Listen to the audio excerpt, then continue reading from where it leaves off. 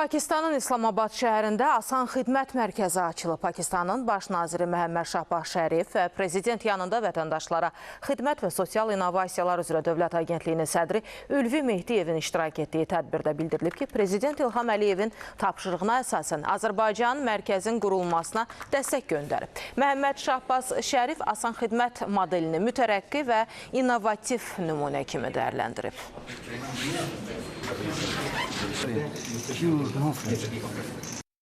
Asan Xidməti Azərbaycan prezidenti, mənim çox əziz qardaşım İlham Əliyevin böyük dəstəyi olmadan reallaşdırmaq mümkün deyildi. Ötən il qardaş ölkəyə rəsmi səfərim zamanı Bakıda Asan Xidmət Mərkəzini ziyarət etdik. Bu mərkəz həqiqətən fenomenal idi. Son dərəcə təsirli və nümunəvi bir təcrübə təqdim edirdi. Bunun ardından mən müraciət etdim ki, ilk mərhələdə İslamabadda oxşar bir mərkəz yaradılsın. Bu əməkdaşlıq misilsizdir.